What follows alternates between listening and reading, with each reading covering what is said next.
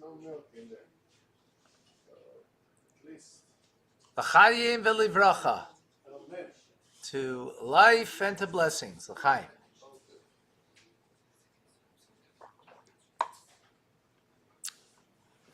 There's a beautiful story with a rabbi, Rabbi Weinrib, who was living in Baltimore.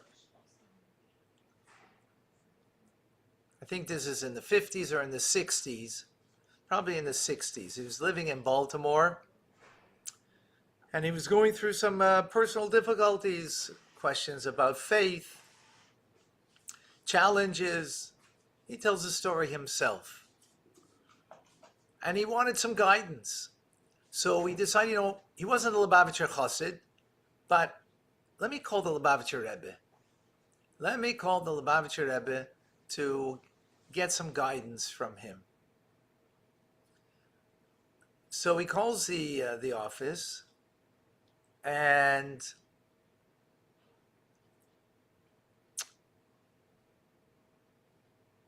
the secretary answers. He does not give his name.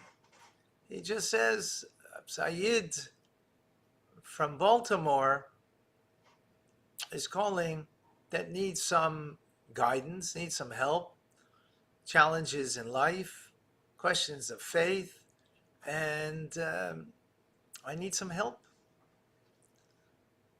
So there's a pause from the secretary, because it seems this is in the early years, so it was more often in the early years. The Rebbe had a phone in his office and he was on the line. So it seems, it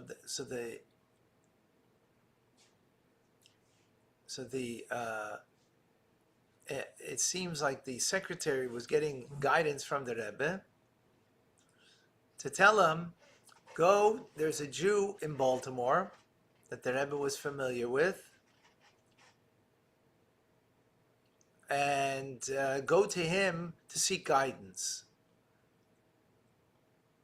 And the secretary says, his name is Weinrib. He said, that's him.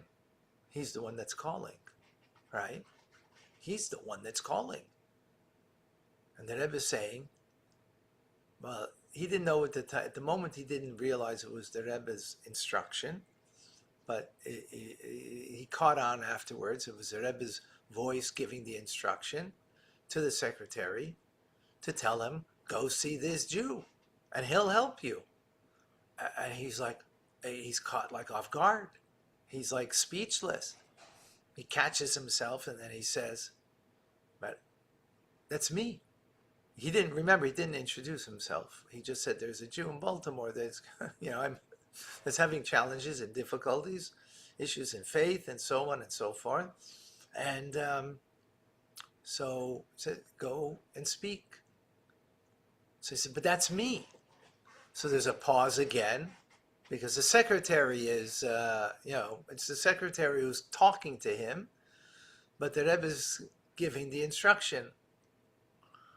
So he hears in a low voice that the Rebbe says to the secretary, Amol medaf reden zu sich, that sometimes you just have to talk to yourself. And sometimes, in other words, and he was like, wow, blown away. And sometimes you need a mentor to help you. Sometimes you have to go to a friend, you have to go to your rabbi, you have to go to your mashpia, to someone to help you. But sometimes the answer is you've got yourself. You don't need to go to anybody. The answers are within you. Sometimes you just have to talk to yourself to get the right answers. Have an honest conversation. Have a proper conversation with yourself, an honest one. And then you'll come and find the strength, the inner strength that you need to move forward. So the Rebbe didn't say all the time do that. It says, Amol, sometimes. You have to talk to yourself. Welcome to Tanya today. I'm Rabbi Ronnie Fine coming to you from Chabad Zich in Kadesh in Montreal, Canada, where it's a privilege and a pleasure to share with you the Tanya. We are in chapter 29 speaking about the Beinoni, the intermediate person. We call him intermediate, it's not so intermediate, who has complete mastery over their behavior of thought, speech, and action. But yet, they don't have mastery over their feelings in their heart, the passion. And there can be still, there will be still layers of the heart that the Beinoni is attracted to things that are not holy, not good, not wholesome, not appropriate.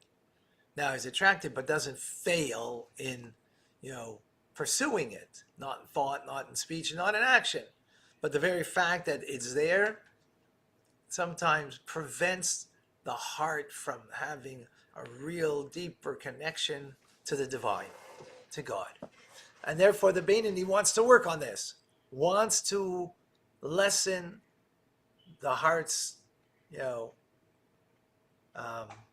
dullness and incapability of having a passion and a fiery, connection to God. So we've been speaking about many things to reflect upon in order to break that negativity, right? So here, says the Alter Rebbe continues with the conversation that you have with yourself. This is a conversation you have with yourself, and as we have said previously, say it again, be careful that you can't start with chapter 29 if you haven't learned and applied 28 chapters before this chapter, because this is a very, very difficult challenge, because it can be very depressing. Because what do? You want to crush that negativity within you. Humble the haughtiness of your pride, of the fact that you have a divine soul inside of you that is full of light, and that light isn't emerging. So now the Alter Rebbe says another thing to add: thunder against yourself. Have a conversation with yourself. Again, it's only with you. Don't have this conversation with someone else. And what is this conversation? You rage your good impulse against your negative impulse. Your divine self against your natural self, your animal instinct that you have within you. And you do this in your mind. Right? You do this in your mind. Right? That you want now to bring down the haughtiness of the animal soul. And now you're speaking to your animal soul. And what do you say? You're wicked. That animal within me is wicked. It's an abomination, it's loathsome, it's disgraceful. And all of the different things that the sages speak about the animal soul that's within us. Right? Why did God give it to me then? Because that's my challenge. Is to recognize that this is what it is and overcome it. And not allow it to dictate my life and to control my life. But now this is, again, a conversation you're having with yourself in your mind, right? That sometimes this is what we have to do for ourselves. That I understand that negative impulse in me, it's wicked. It's an abomination. God put it in me? Yeah. In order to recognize that that's what it is, overcome it, and not let it dictate my life. And the conversation continues. How long, you're talking again to this negative side in you, right? How long are you going to obscure the divine light that's within me? Not allowing me to really sense the divine within me. Because the divine within me, just like God himself, never changes. Well, the divine in me also doesn't change, except you're obscuring it. You're not allowing it to come out and to be plainly visible.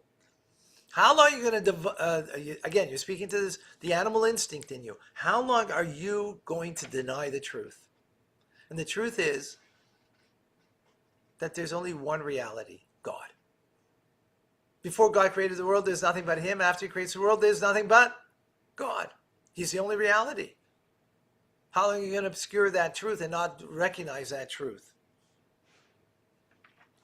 The divine soul within us recognizes it. The divine in me recognizes that.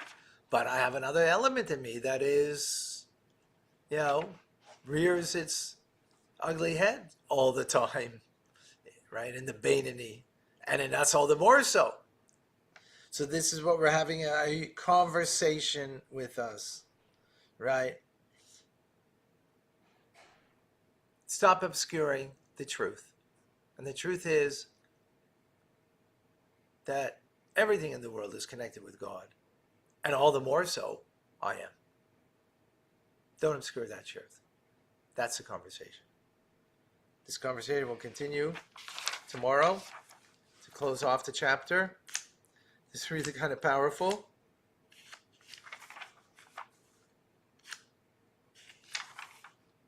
Very powerful. Right? We all know the truth inside of us. Sometimes it's painful to live with it. And therefore, we'd rather live a lie because it's easier to live a lie than to live the truth. And the truth is, no one's my problem. No other human being is my problem. I'm my problem. And what's my problem? My animal soul within me that obscures the truth, the absolute truth, that I am connected with God. I am bound. And the fact that I'm not feeling it, the fact that I'm feeling alone, the fact that I'm feeling distant, that's the animal soul that's doing that. In order that, you could find other things in life to be meaningful and valuable, like material things, like food, like vacation, and other pleasures in life. Not that we shouldn't have food and vacation, right? But they should not be as an end in themselves, but as a part of divine service, of connecting to God. Right? It's a part of how we can connect to God, as opposed to seeking pleasure and comfort as an end in itself. That's what the animal soul wants. That's obscuring the truth. Because pleasure that's not connected to God is independent of God, and there's nothing independent of God. Comfort that's independent of God is not the truth. The animal soul wants that because the animal soul wants it just because that's what it wants, because it's wicked, it's abominable, and that's its nature. God gave that within us to come to recognize that that's not the truth. And when we know that's not the truth, so we can have this conversation with ourselves, say, stop it. So, sometimes we're out of control. And when we're out of control, have a conversation with yourself if you know the truth. If you don't know the truth, then you need a teacher, you need a mentor, you need a friend to tell you the truth of that situation. So rather than you looking at someone else being your problem, see in yourself, you are your own problem. And when we recognize that, we can have that conversation. If we're always pointing a finger and saying, yeah, but, you triggered me. Well, okay, your trigger is your animal soul, right? So you got triggered? Okay, we're not excusing the other person for doing what they did, but that doesn't excuse you that now you could, feel a victim of someone else. Have a conversation with yourself if you know that that's not the truth. If you don't know that that's not the truth, and you really think that someone else is creating your problem in your life, then don't have a conversation with yourself. Do not do this. Do not do this, because it will just make you very sad and make you very much more distant from truth and from God. But if you know that this is the truth, then you could have that conversation. But I suggest that very few of you are holding by this, that are even coming to the class. Think about what happened to you in the last day, something that hurt you. Where did you place the emphasis? On the one that hurt you or on yourself? Most likely it was on the other person and not on yourself. That's a sign that you're not ready for this. Okay. We've got where to go. We've got what to grow. Any questions, any comments? That's the issue of taking 15 minutes a day. I don't know if that's a long time. 15 minutes. If you're going to do this, spend a few minutes. You don't want to, because we're going to learn after this. This is only a tool. Just remember, this is just a tool to break our negative nature, to not allow the negativity of my animal soul to control me. Right? That's what we're trying to do over here. That's the point. So, it can be just a minute sometimes, right? And not necessarily, because really where we're going to go with this is that you should come to joy. This is not a way to live.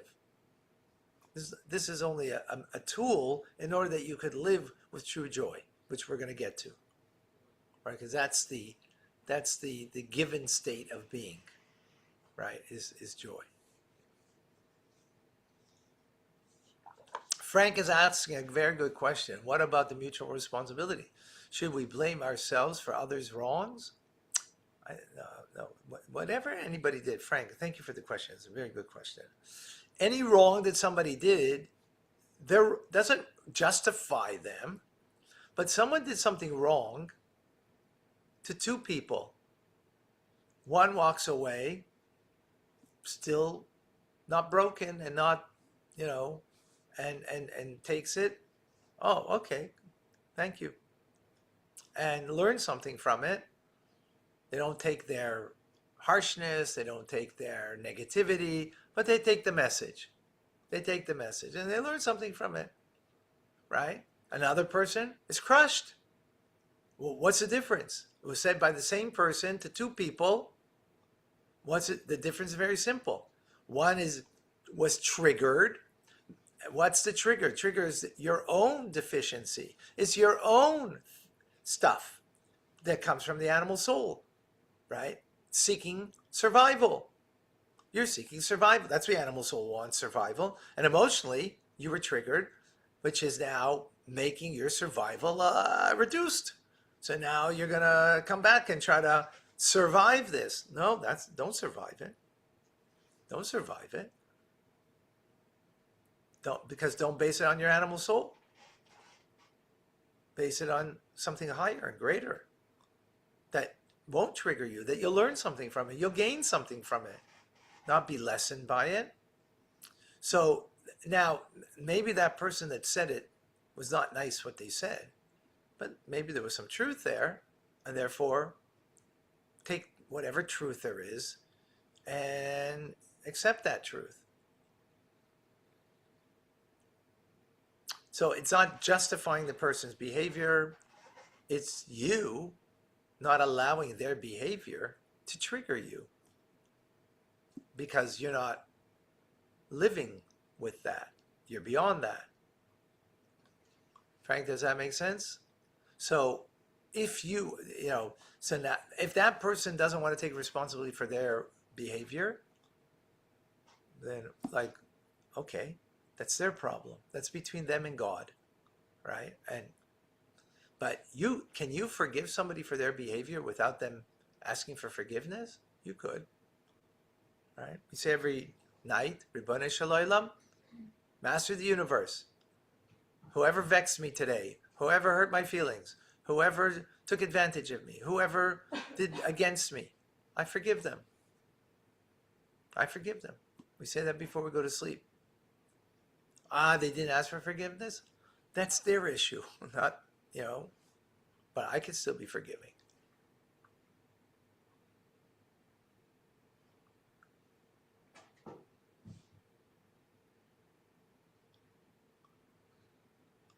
Okay, what if I have spoken out against bullies and now they come for me?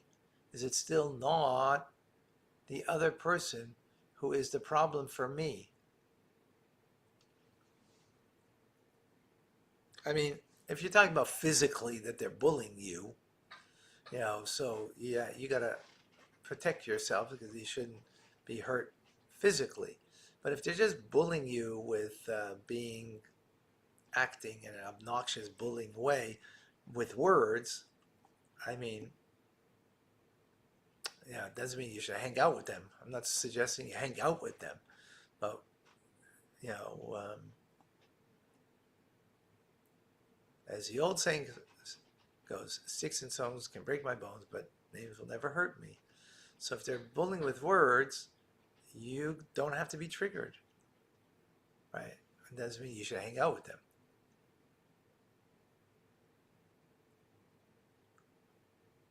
Okay. By the way, we do a lot of this in TRC, Tanya Rabbi Community, Friday, Sunday nights. If you're interested, private message me, because that really helps tremendously. All right, Rambam coming up, folks. Thank you very much. God bless you.